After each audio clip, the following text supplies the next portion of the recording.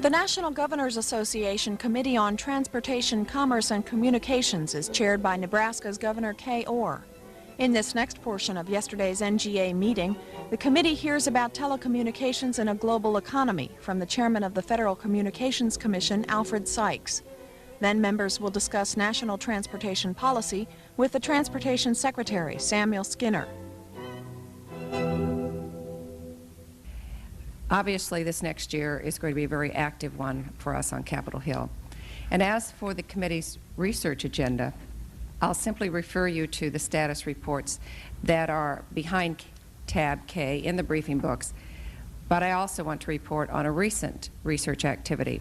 It was less than 2 weeks ago that on February 14th, I hosted a one-day conference in Lincoln, Nebraska on the potential impact of expanded use of alternative fuels on the highway user revenues. And the conference was sponsored by the NGA in cooperation with the Federal Highway Administration. And the more than 100 participants, including state and local and federal officials involved with surface transportation, tax policy, and motor fuels, as well as a private group, discussed concerns with alternative fuel uses and highway revenues. The speakers and panels of experts discussed a number of topics, including the clean air legislation now before Congress, alternative fuels production and distribution, public policy challenges in bringing alternative fuels to the marketplace, development and incentives for use, and federal and state taxation of alternative fuels. In the afternoon session, we focused on the impact that the use of alternative fuels might have on generating revenues to maintain the nation's highway system. At the conference, the speakers indicated that the evolving balance between environmental concerns and transportation needs was one of the more pressing issues that we in the states face. States can take action by ensuring that environmental planning is better coordinated with transportation planning.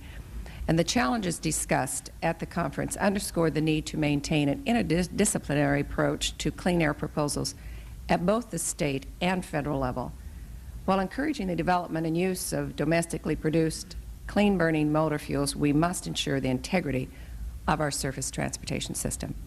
And now I'd like to move on to today's agenda. We are very pleased to have with us today the Chairman of the Federal Communications Commission, Al Sikes. Mr. Sikes was sworn into that job last August, and his term runs until 1993.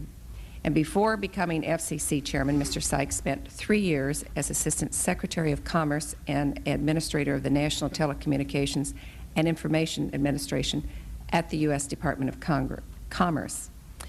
Prior to joining NTIA, he was President of Sikes & Associates Incorporated, a broadcast management and media consulting company.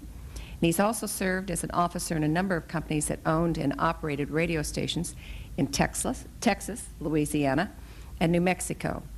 Mr. Sikes served a number of years in the Missouri state government in regulatory and consumer affairs. He also managed the campaigns for Kit Bond's 1972 bid for governor and John Danforth's 1970 Senate race. He's a graduate of Westminster College with a law degree from the University of Missouri. Chairman Sikes is a native of Sikeston, Missouri.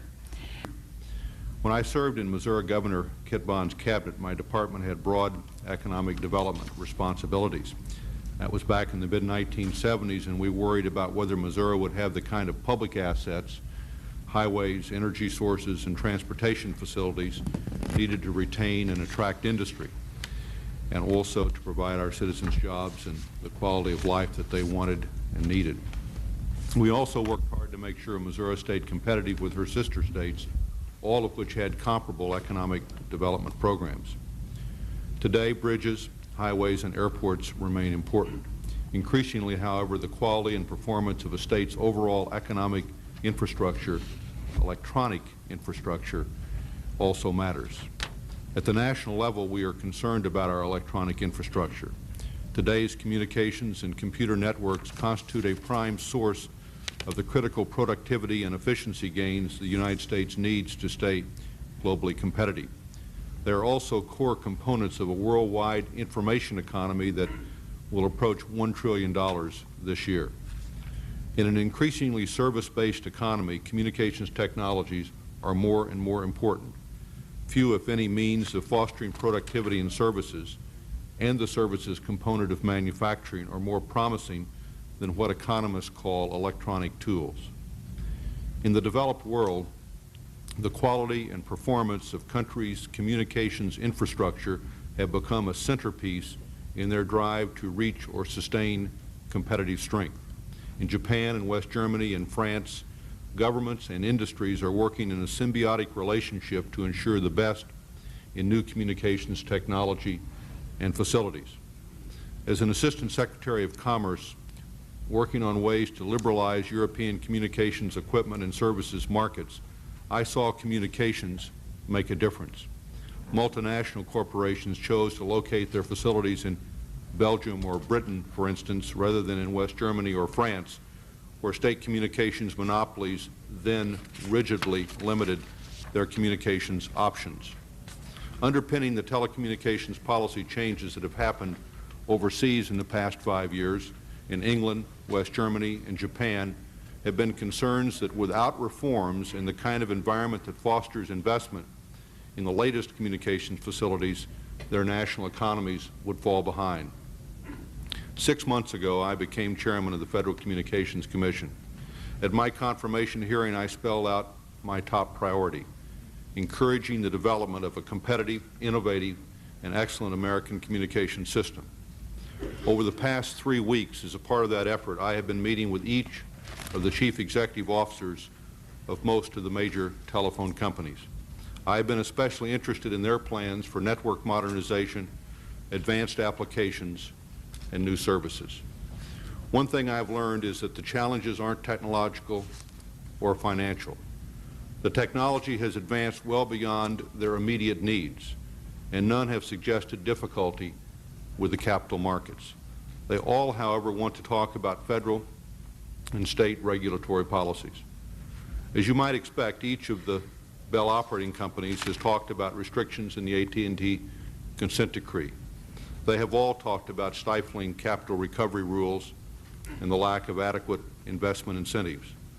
My own assessment, however, suggests two more fundamental problems.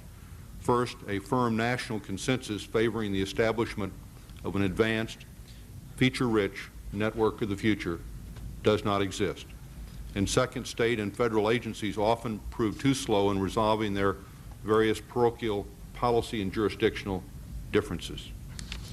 In my view, the seeds of a strong national consensus exist. There is broad agreement that communications and economic progress are and will be closely linked.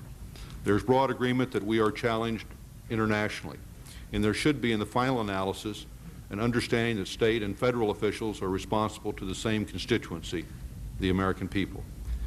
So this April, at my initiative, my colleagues on the Commission and I, and the chairs of virtually all state public utility commissions, will be meeting for a regulatory summit.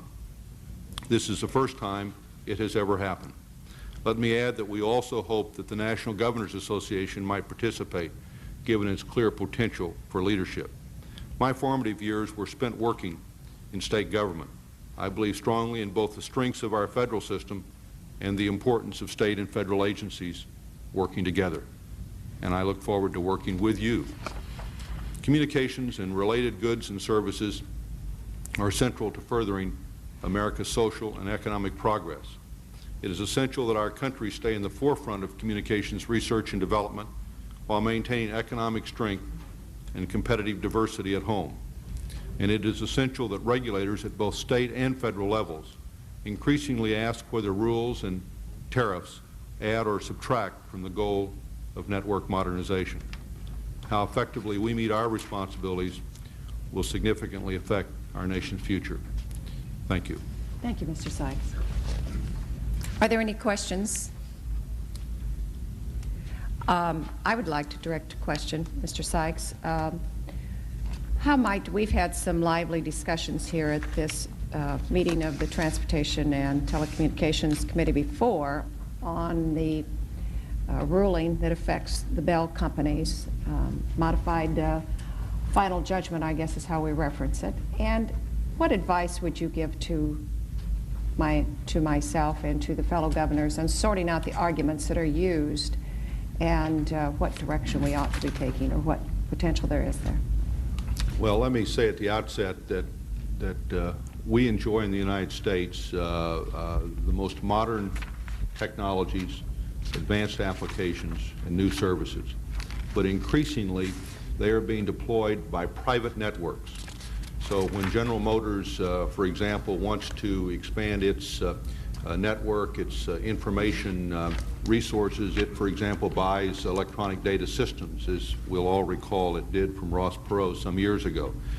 That has been perhaps not that basic approach, but that effort by private companies to expand significantly their communications resources has happened over and over and over again.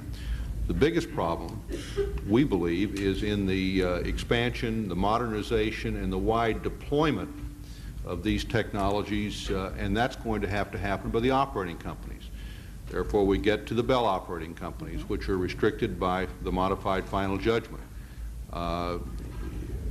About 2 weeks ago, under Chairman Dingell's direction, a staff draft of a bill was for the first time made public. It would be my hope that before the governors leave Washington, they might get a copy of that staff draft. They might look at the ways the Congress is proposing to modify the modified final judgment, and also the kind of responsibilities they're proposing giving to the Federal Communications Commission. The long and the short of it is, in my view, if the Bell operating companies and other local exchange carriers do not have the incentives and, in fact, the opportunity to modernize, to provide the advanced applications, to provide the new services on a widely deployed basis, then particularly the more rural states are going to suffer. The modified final judgment is a barrier, and I would hope the governors would get that staff draft, would ask for comments from the NGA staff, and would actively debate the subject, and then would participate in the hearings that will be held on this particular bill. Good advice. Thank you. Any questions of Mr. Sikes? Would you expand a little bit in your comments? You mentioned that in April you will having a conference. Would you give us a little more detail on what you hope to accomplish with that meeting? Yeah, I think that that historically decisions by public utility commissions have almost been exclusively driven by how will they affect the price for basic telephone service, that is the voice linkage, which has been our universal goal for decades now. What I think we've got to do is increasingly understand how our decisions affect investments, modernization, new applications, so that when we make decisions affecting depreciation rules, what effect might those decisions have on whether companies make the kind of investments that I think we're going to need.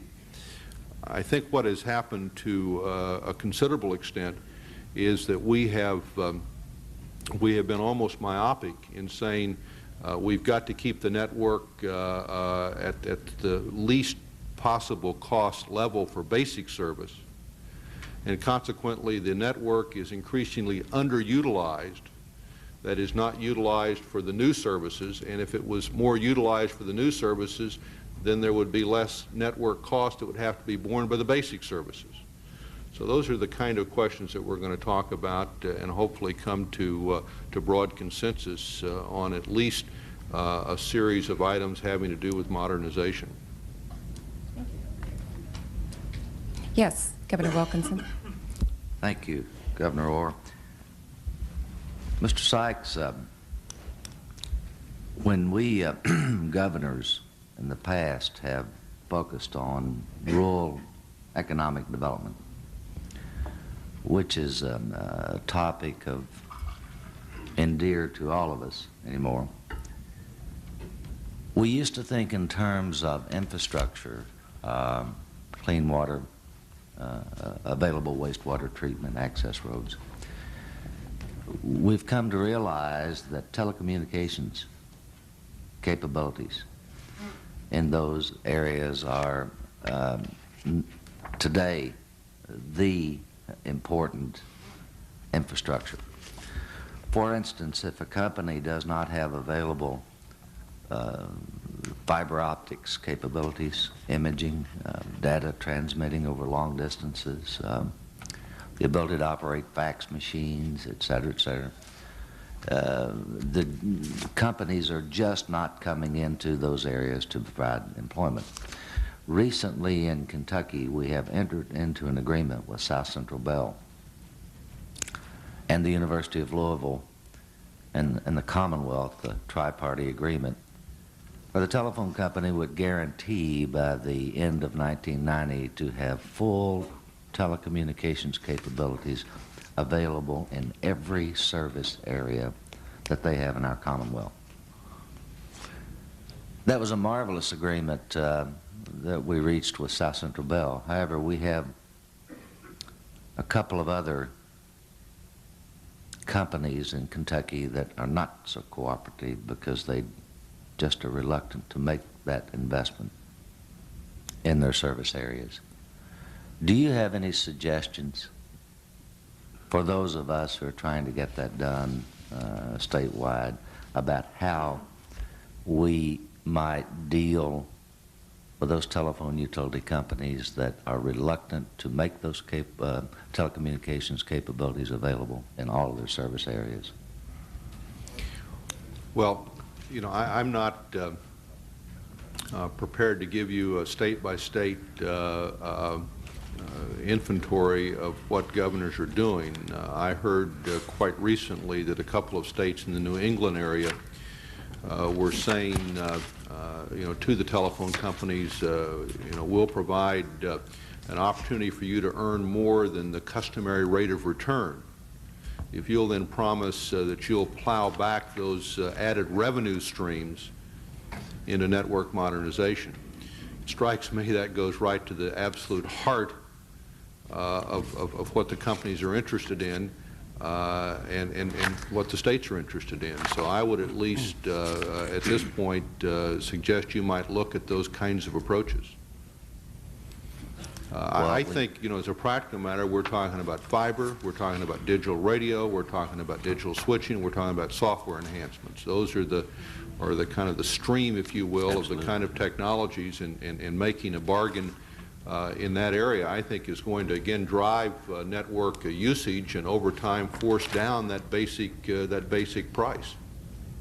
Well, I hope so, because that is of vital importance to us in those areas. One more quick Sure. question, may I, Governor? Some of us had an opportunity to visit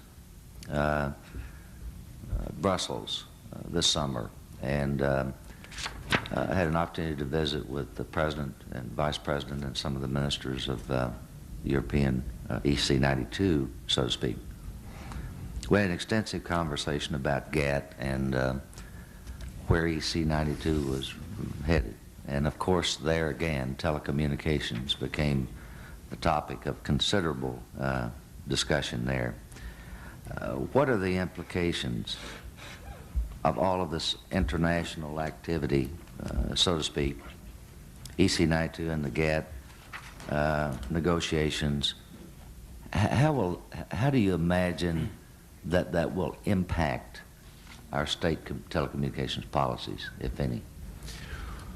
Well, first of all, you know, and that was what I alluded to in my prepared remarks. It's crucially important that we make sure that European and Japanese markets are open to our products and services, and that is a real struggle.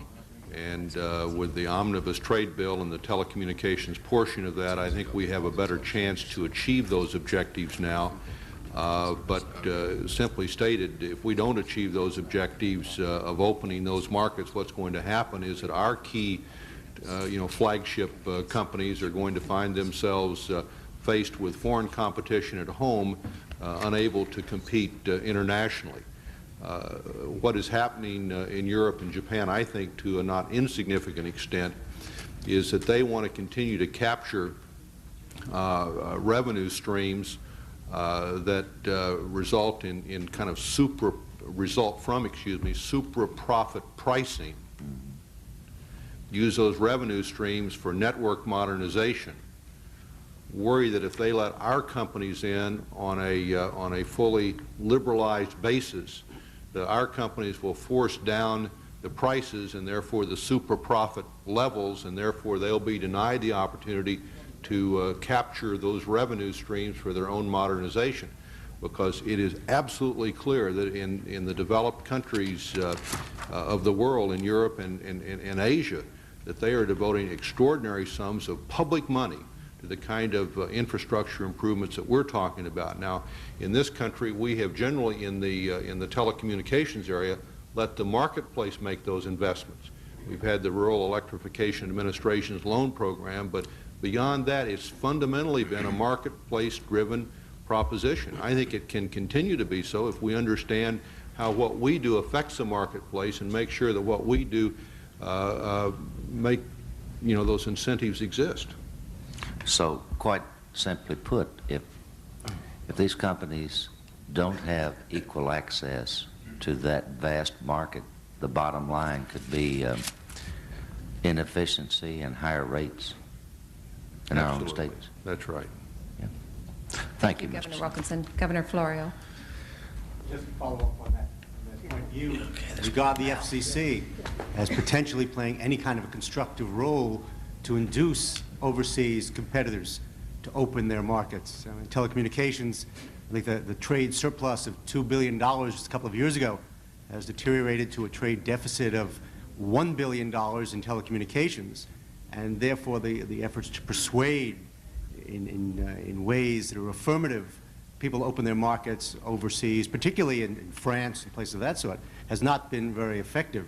The sense of some people who have been involved in this whole debate is that the only way those markets will be opened is if, in the use of our regulatory agencies and mechanisms, we convey to other people overseas that there will be reciprocity. And therefore, while we almost, you say, open our doors to anyone to come here, there is not the same degree of reciprocity overseas. Do you see the FCC playing a more enhanced role to bring about some equity in this type of arrangement? Yes, I do. And I mean, we're working right now with the United States Trade Representative toward that end. And secondly, I have instructed the staff at the FCC that we should not eliminate, alter any rules that affect foreign access into this market without closely assessing them and preferably making sure that reciprocity exists before we make the change. And if we can't get multilateral reciprocity, then we do so on a bilateral basis, because there are some countries that are moving forward more quickly and in a more liberal manner than other countries. And so we're talking about maybe working out bilateral agreements, but again, we shouldn't eliminate rules except on a reciprocal basis if they involve access. One of the fundamental problems in this area is when we broke up AT&T, we eliminated the most significant telecommunications trade barrier unilaterally, with no bargain at all. Thank you.